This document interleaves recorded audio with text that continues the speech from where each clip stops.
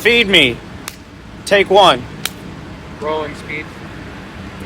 All right, you've had a unique journey stepping into Grey Daze, a band with a significant legacy. What was going through your mind the first time you rehearsed with Grey Daze, with a Grey Daze song? Let's see. Did you feel the weight of the legacy, or did you approach it with a different mindset? Great question. The first time that I rehearsed a Grey Daze song, Sean Dowdell sent me the stems of Chester's voice at 18 years old. And this is how I rehearsed the music, was listening to these stems all in one song and then also isolated. And so when I isolated Chester's vocals, his 18-year-old voice, and I isolated it and I was studying his tone and his melody, it hit me like a ton of bricks what I was walking into. Because at 18 years old, he didn't know what he was about to walk into. Nobody knew the legacy that was going to become Chester at 18 years old. And I was listening to this raw, emotional, like untrained vocal that the world had yet to hear. And at that moment, it was powerful. It was important. It was heavy. And so when I learned the Grey Daze material, I learned it at my house. And then the first time that I flew out and I rehearsed the music with the actual boys from Grey Daze, it was two things. It was very emotional. I was very nervous. But at the same time, it's music that hadn't been heard in this format in 30 years. It hadn't been played in 30 years. And so it was very romantic for all of us in the room. And it fell into place. And it was a roller coaster of emotion. It was heavy, like I said, but I think the overall feeling of it was very romantic. Awesome. You've been known to explore themes of mental health and emotional struggles in your music. Is there a particular moment or personal battle that has most significantly shaped the way you approach these topics in your lyrics? Say that one more time. So, you've been known to explore themes of mental health and emotional struggles in your music. Is there a particular moment or personal battle that has most significantly shaped the way you approach these topics in your lyrics? Something that stands out? Yeah. So, I went through an extremely hard time in 2023, at the beginning of 2023. It was just like all these things stacking up on top of me.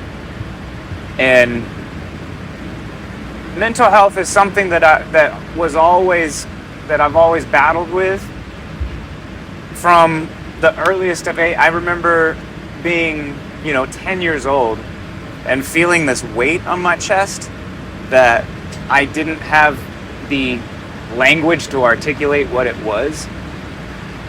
What I realized when I got older, it was depression. And so I've always kind of had that with me. And then you add the variables of like shit happening to you in life. And there was a moment in 2023 where I was like, I don't know if I can control this anymore. I think it's going to get out of control. And it was a very scary moment for me. And it was actually that moment where the lyrics, "Nothing's Real," came about. It was that very moment where it's like, maybe none of this is real. Maybe I'm making all this shit up in my head. Is that when you felt like, between all the various musical projects over the years, that was the particular song that stands out to the turning point of like your music writing? Yeah, the music that I would write before was a response to the things that I was feeling. Nothing's real is not a response, it's not a defense. It's more like a different perspective on what we're going through in this experience. So instead of responding to shit happening, it was more like, what if we look at it with a different lens? What if nothing here actually exists? How about that?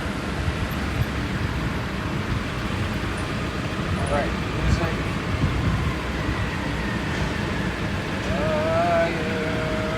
All right, perfect. Music has a way of connecting deeply with people, especially when it comes from a place of authenticity. Can you share a story about a fan interaction when you realized just how much your music meant to someone else? So I did a show in Garden Grove, California, at Garden Amp. You know about Garden? I know. I did a show in Garden Grove, and I got off stage. It was a great show. 2 hours of just like screaming, having a great time, mosh pit going crazy, everybody having a good time, everybody partying. And I got off stage and I went over to the merch booth, and I'm meeting everybody and hearing people's stories and all fun and games. And then this young kid comes up to me and he just wraps his arms around me and he said, I was in a severe car accident and it left me with brain damage and I am in permanent pain. I just don't want to hurt anymore. And your music tonight helped me forget about that pain for an hour and a half. Bro, that's like heavy shit. And in that moment, I realized that it's not just about me and it's not just about expressing my things. It's about connecting and aligning and understanding each other and how we could possibly help each other through this experience. And once I realized that it wasn't about me, there's something bigger going on, man, this thing took on a whole new life. There it is. Cool. That's it.